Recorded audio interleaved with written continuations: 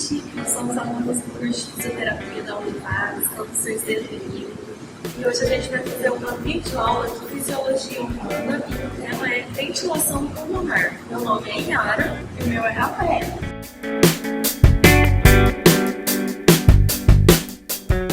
Ventilação pulmonar é a renovação cíclica do gás alveolar pelo ar atmosférico. A inspiração ocorre a contração dos músculos intercostais e do diafragma. O volume pulmonar aumenta enquanto a pressão interna diminui. Na expiração, ocorre o relaxamento da musculatura intercostal e do diafragma. O volume pulmonar diminui e a pressão interna aumenta. A respiração tranquila normal é realizada quase inteiramente pelo movimento do diafragma. Durante a inspiração, a contração diafragmática puxa as superfícies inferiores dos pulmões para baixo. Durante a expiração, o diafragma relaxa e o recuo elástico dos pulmões, parede torácica e estruturas abdominais comprimem os pulmões e expelem o ar.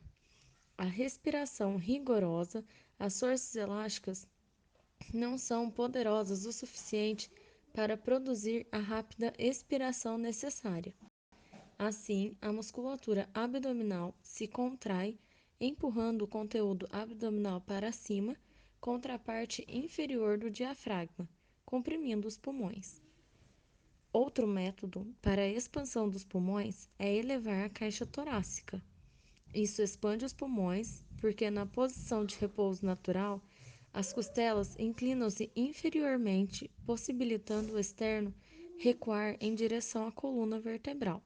Mas quando a caixa torácica é elevada, as costelas se projetam para frente, fazendo com que o externo também se mova anteriormente para longe da coluna, aumentando o diâmetro antero-posterior do tórax em cerca de 20% durante a inspiração máxima.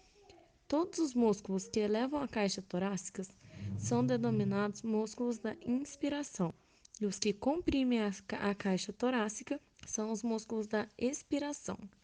Os principais músculos que elevam a caixa torácica são os intercostais externos.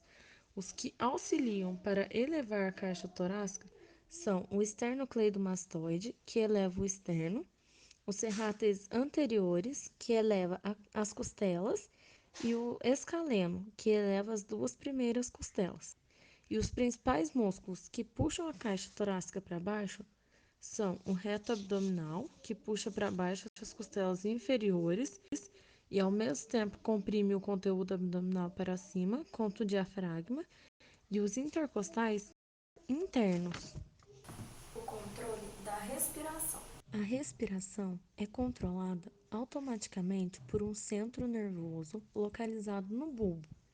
Desse centro partem os nervos responsáveis pela contração dos músculos respiratórios.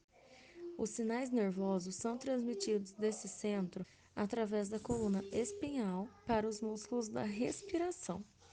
O mais importante músculo da respiração, o diafragma, recebe os sinais respiratórios através de um nervo especial, o nervo frênico, que deixa a medula espinhal na metade superior do pescoço e dirige-se para baixo, através do tórax até o diafragma. Os sinais para os músculos expiratórios, especialmente os músculos abdominais, são transmitidos para a porção baixa da medula espinhal para os nervos espinhais que inervam os músculos. Impulsos iniciados pela estimulação psíquica ou sensorial do córtex cerebral podem afetar a respiração. Em condições normais, o centro respiratório produz a cada 5 segundos um impulso nervoso que estimula a contração da musculatura torácica e do diafragma, fazendo-nos inspirar. O centro respiratório é capaz de aumentar e de diminuir tanto a frequência como a amplitude dos movimentos respiratórios, pois possui quimioreceptores que são bastante sensíveis ao pH do plasma. Essa capacidade permite que os tecidos recebam a quantidade de oxigênio que necessitam, além de remover adequadamente o gás carbônico. Quando o sangue se torna mais ácida devido ao aumento do gás carbônico, o centro respiratório induz a aceleração dos movimentos respiratórios. Dessa forma, tanto a frequência como a amplitude da respiração tornam-se aumentadas devido à excitação do centro respiratório. O surfactante. O surfactante pulmonar é uma mistura lipoproteica com propriedades tensoativas produzidas pelos pneumócitos tipo 2. As proteínas e lipídios dessa mistura reduzem a tensão superficial na interface entre o líquido presente na cavidade alveolar e o ar. Sua função é aumentar a complacência pulmonar e, consequentemente, diminuir o esforço respiratório, evitar atelectasia, colapso do parênquima pulmonar no fim da expiração, facilitar o recrutamento do parênquima colapsado. Capacidade respiratória. Na inspiração e expiração normal, a nossa capacidade é de 500 ml sem forçar. Isso chama-se volume corrente. Quando forçamos para expirar, conseguimos colocar até 3 litros a mais de ar nos pulmões. Isso se chama volume de reserva inspiratório. E quando forçamos para expirar, conseguimos tirar 1,1 litros a mais de ar dos pulmões, a chamada volume de reserva expiratória. Nos nossos pulmões, temos o chamado espaço morto, e uma parte do ar que nunca alcança as áreas de troca gasosa, porque ele preenche as vias respiratórias, que é o nariz, a laringe e a traqueia. Pressão alveolar. A pressão alveolar é a pressão do ar dentro dos alvéolos pulmonares. Quando a glote está aberta e não há fluxo de ar, as pressões em toda a parte da árvore respiratória são iguais à pressão atmosférica, referência zero. Durante a expiração, a pressão nos alvéolos tem que ser menor que a pressão atmosférica. A pressão diminui cerca de menos 5 centímetros de água, que é o suficiente para puxar 0,5 litros de ar para o pulmão. Durante a expiração, a pressão alveolar tem que ser maior que a pressão atmosférica, chegando até mais 1 centímetro de água, onde força 0,5 litros de ar para fora dos pulmões. Pressão pleural.